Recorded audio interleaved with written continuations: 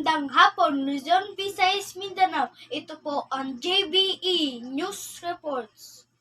Para sa paunang balita, kaninang umaga tumama ang 5.6 na lindol sa Samar, Leyte. Magbabalita, Eljo. Samar, maraming pamilya ang nawalan ng tahanan dahil sa 5.6 na lindol. Nanghingi ng tulong ang mga residente para sa kanilang muling pagbangon mula dito sa Samar. Balik sa iyo, Joseph. Balitang esports naman po tayo. Magbabalita, Veronica. Nagwagi ng 73 gintong medalya ang ating mga Pilipino sa ASEAN Games 2024. Inaasahan ang kanilang pagbabalik bukas.